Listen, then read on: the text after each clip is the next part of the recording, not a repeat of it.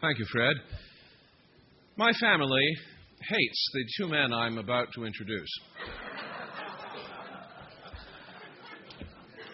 And there's good reason for that, too. Because in 1998, about the end of the year, around Christmas time, there arrived, bang, in the mail, a book with the ominous title, Herndon's Informants. This was a product of scholarly blood, sweat, and tears from these two gentlemen to my right. And when that book came in the mail, it was as though Christmas had come early. I opened the package. I opened the book. I put my nose into the book. I did not take my nose out of the book until after the first of the year. That meant that I ruined Christmas for my family. And they have been blaming Rod Davis and Doug Wilson ever since for having ruined Christmas of 1998.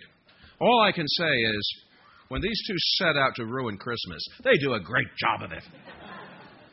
Because Herndon's Informants, I have to tell you, when it arrived and came into my hot little hands to be read, it was marvelous because it took one of those great treasure troves of Lincolniana, and that is the Herndon-White papers, that vast, inchoate mass of notations, interviews, letters, gossip, opinion, rank speculation that make up the collection of Herndon's research materials as aided and abetted by Jesse Wyke, and took some 750 pages of the cream of the Herndon-White papers and put them in book form, not only in book form, but, in fact, carefully annotated with an identification of all the participants who were mentioned at the back of the book. And, of course, you can understand, can you not, why it was much more interesting to do that than go out and buy Christmas presents for my children. It was such a compelling piece of work. It was extraordinary in its own right. But that wasn't the end of it for either Rod Davis or Doug Wilson. In fact, it wasn't really even the beginning of it, because these two gentlemen had been at this work for no small amount of time. Let me begin with Rod Davis. Rod Davis has taught American history at Knox College. Now, if you're wondering, wait a minute, haven't I heard Knox College in connection with Lincoln somewhere before? The answer is yes, because Knox College was the site for one of the 7 Lincoln-Douglas debates in 1858. In fact, it is the only site with the building next to which the debate took place still standing. It's one of the architectural relics of the Lincoln-Douglas debates. Rod taught American history there from 1963 until 1997. I'm told that Rod's Civil War survey class was well known for having gotten to the firing on Fort Sumter by the last week of class.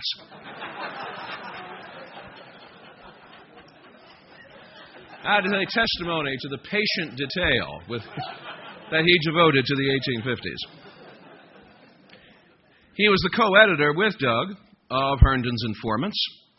Also, he has produced editions of Governor Thomas Ford's History of the State of Illinois, a volume which Stephen A. Douglas referred to obliquely and which Abraham Lincoln quoted from to devastating response in the course of the Lincoln-Douglas debates. They were talking about Lyman Trumbull. He is also the editor or the co-editor of 5 other books, many essays, many reviews on Illinois history, Abraham Lincoln, and the United States in the 19th century. Most recently, he has collaborated with Doug Wilson in producing a new edition of William Henry Herndon's Life of Lincoln, the inimitable Herndon's Lincoln. And they have done to Herndon's Lincoln what they did to Herndon's Informants, so don't read it any time around Christmas.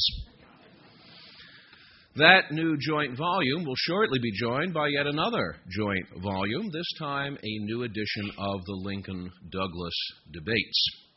Now, having said all this about Rod Davis, I have to go back and say some of the very same things now about Doug Wilson. Because, in fact, Rod and Doug are the greatest 1-2 combo in Lincoln studies since, well, Nicolay and Hay. Doug Wilson is the George A. Lawrence Distinguished Service Professor Emeritus of English at Knox College. So you have to bear in mind the fact that Rod Davis is a historian and therefore a very normal, well-developed, and intelligent person. Doug Wilson is an English professor.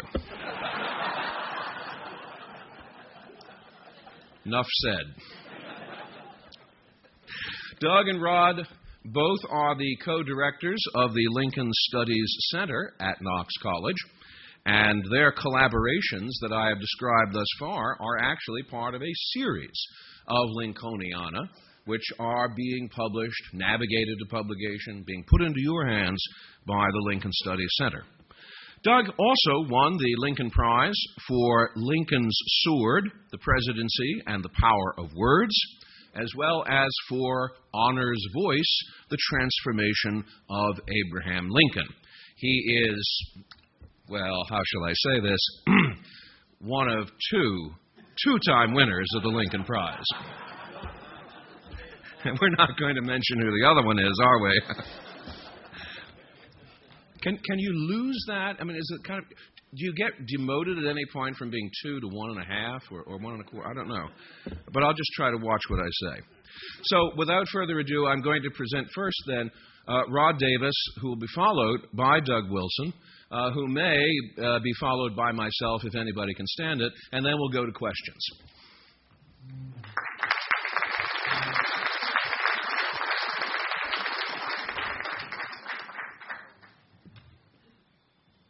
Thank you, Alan. I'm so overwhelmed, I'm not sure I can make it through the next 20 minutes.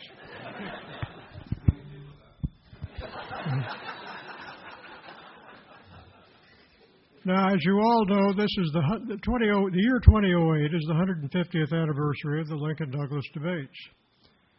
And Doug Wilson and I have just produced an edition of the Lincoln-Douglas debates, which we hope will see the light of day from the University of Illinois Press sometime late this summer. Of course, you're all invited to invest. It's well ahead of Christmas time, so I think you can probably manage to make it through the holiday season without it being unduly interrupted.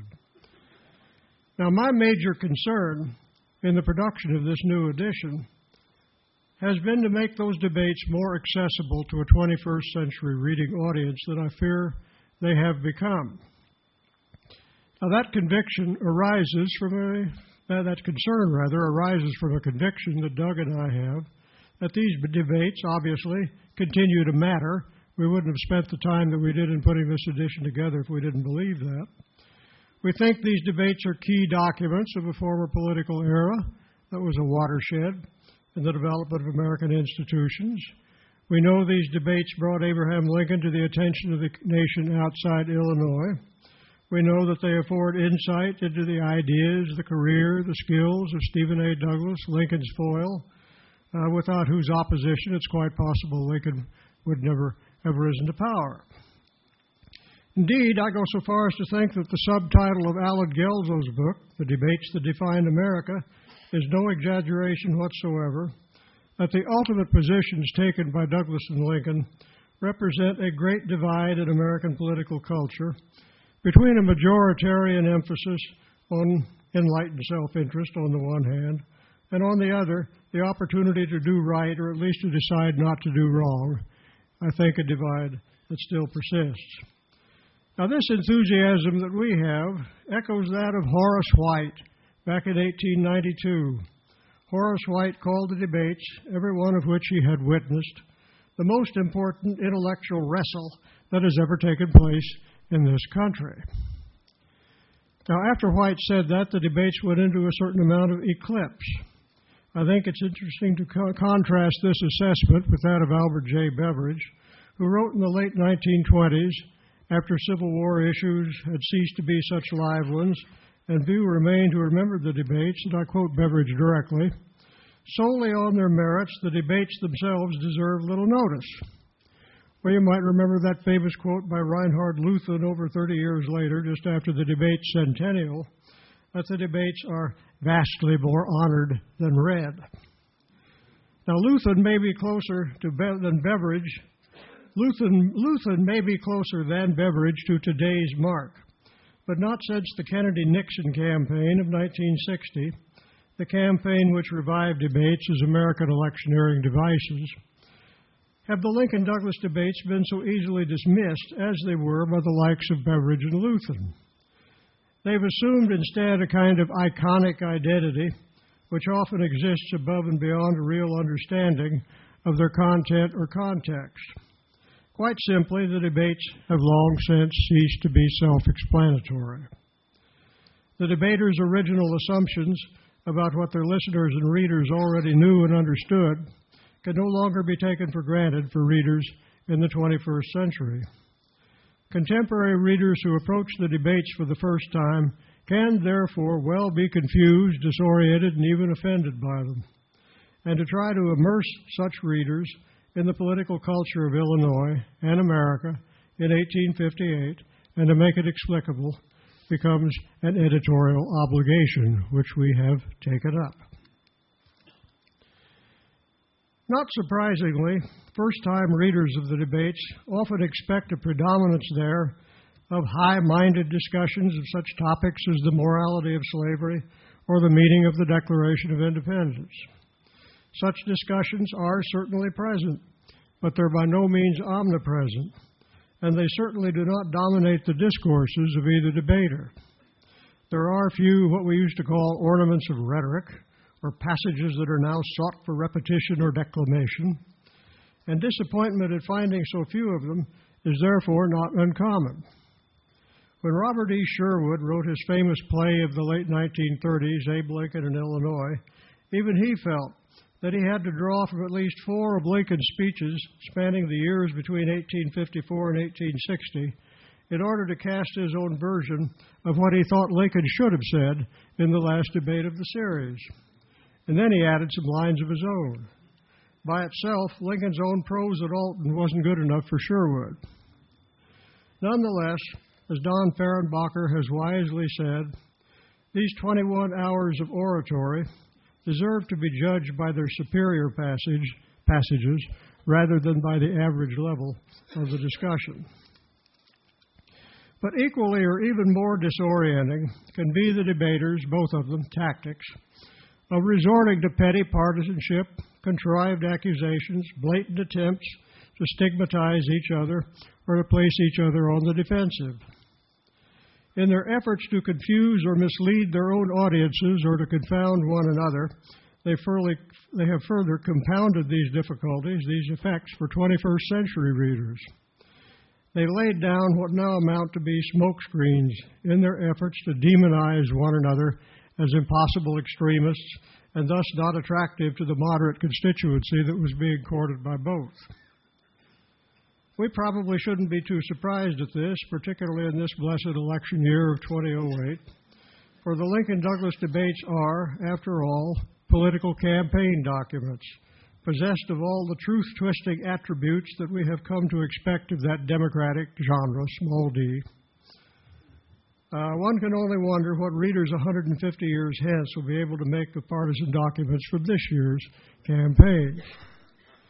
Witness for an 1858 instance, Lincoln's effort to identify Douglas with an aggressive slave power by accusing him, Presidents Pierce and Buchanan, and Chief Justice Taney of conspiring through the Kansas-Nebraska Act and the Dred Scott decision to nationalize the institution of slavery.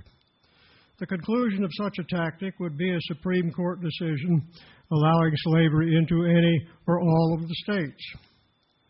So Lincoln asserted. Douglas, of course, branded this charge as an infamous lie, as indeed well he might, in conflict as he happened to be at the time with one of the alleged co-conspirators, President Buchanan. Douglas, in turn, as we've already heard this afternoon, repeatedly impugned Lincoln's patriotism by charging him with opposition to the Mexican War while in Congress. Lincoln couldn't exactly deny that charge, but in response he emphasized his support as a congressman for soldiers in the field and for veterans' benefits. Furthermore, Douglas, in several different ways, undertook to stigmatize Lincoln as a candidate too radical on the slavery and race issues for an Illinois electorate. In the Ottawa debate, he took Lincoln by surprise by charging that he supported and helped to create some strongly worded quasi-abolitionist resolutions, of which Lincoln in fact knew nothing, and for some of which he had little sympathy, and which had been adopted at an early Republican meeting in northern Illinois in 1854. Also at Ottawa, Douglas accused Lincoln and Lyman Trumbull of being out to abolitionize the Whig and Democratic parties, this at a time when abolitionism was still a dirty word. Douglas further attacked Lincoln's House-divided speech as a piece of impossible radicalism, twisting Lincoln's meaning to insist that Lincoln called for a uniformity of state and local institutions, and that the policies he favored would lead to racial amalgamation. In fact, Douglas repeatedly accused Lincoln of favoring what he called Negro equality. And it's in this last connection that both Lincoln and Douglas espoused positions that contemporary readers will find repugnant, though they were simply reflections of the unbounded racism of 19th century white Americans with which political candidates dealing with the subject of slavery had to reckon. Such positions may have seemed not only inoffensive, but actually permissible in the negrophobic American culture of 1858, indeed in certain contexts perhaps even necessary to political success. Readers might not be surprised at Douglas's repeated contention that African Americans, for whom he had obvious scorn, were inferior to whites, that the United States had been established, as he said over and over again, on a white basis, on the white basis, and that the status of blacks in America was a matter for states and territories to decide. Lincoln, Douglas asserted, was promoting, quote, Negro equality, quote, by insisting that the affirmation in the Declaration of Independence that all men are created equal applied, at least in their possession of unalienable natural rights to life, liberty, and the pursuit of happiness, to all human beings, whereas to Douglas that affirmation referred only to whites. Lincoln, in fact, was careful to distinguish between those natural rights, which he said the Declaration promised to blacks as well as whites, and such civil rights as those to vote, hold office, sit on juries, or intermarry with whites, which it did not. Though Douglas played the race card more often and more effectively than Lincoln, Lincoln did famously say in the Ottawa debate, and I quote, that I have no purpose to introduce political and social equality between the white and the black races. There is a physical difference between the two, which in my judgment will probably forever forbid their living together upon the footing of perfect equality. And inasmuch as it becomes a necessity that there must be such a difference, I, as well as Judge Douglas, am in favor of the race to which I belong having the superior position. Close quote. Finally, the debates are replete with references to individuals, events, and circumstances that were common knowledge in 1858, but now are unfamiliar. Allusions and references abound to obscure political squabbles and long-forgotten mid-19th century controversies.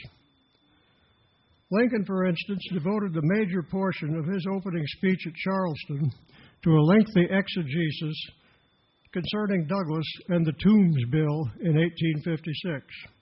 I'm not going to go into the details. It suffices here to say that Lincoln accused Douglas, the author of Popular Sovereignty, of rank hypocrisy by doctoring this bill in his capacity as chairman of the Senate Committee on Territories, in such a way as to force a new state constitution on Kansas without the people there having a chance to vote on it.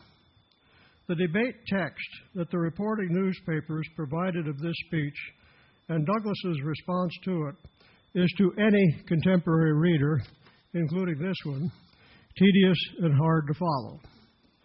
Yet Lincoln had been urged by several of his correspondents to pursue this issue against Douglas, and it appears that Republicans in the Charleston audience responded to it enthusiastically. But it remains as a perfect example of a forgotten controversy, seemingly of great moment in 1858, but rather difficult for new readers, especially to make much sense of now. In the same context, I may ask, and I understand this is a very savvy audience, but I suspect that in the case of many of you, it's difficult to identify such worthies as Joshua Giddings, Benjamin Gratz Brown, or Thomas Corwin, to name just a few. The names of each one of these come up more than once in the debates, And in 1858, listeners didn't have to have them identified, but most contemporary readers doubtless do, especially the new ones. I could mention other examples in the debates of references to persons, issues, and events once prominent but now forgotten, but I trust that you get the idea. Acknowledging these pitfalls and hopefully to render the debates as accessible to readers as we can, we've provided an array of reading aids in this new edition, intended to help students or first-time readers to navigate the antebellum world of Lincoln and Douglas. Introductory essays, both general and specifically for each debate, are intended to provide orientation to the political culture of Illinois in 1858, to the debates themselves, and to the communities in which they took place. Extensive annotations are provided, far more than in any other edition of the debates, to identify sources, of course, and to provide further explanations of matters in the debate texts that otherwise may not be totally clear or need definition or need further definition. In some instances, annotations have also seemed necessary to set the record straight, if inaccuracies in a debater's testimonial seem to require pointing out. And I suppose that's a mild way of pointing it, because some of these are pretty egregious. And this edition contains another feature that's unique among debate editions, an extensive glossary of persons, issues, and events, which is frequently cross-referenced by footnotes, and which it is hoped that readers of this edition will come habitually to consult as they peruse its contents. We trust that these aids to readers can render the Lincoln-Douglas debates less daunting, and in the best of all situations, more rewarding of both information and insight into this celebrated series of political discussions. Thank you.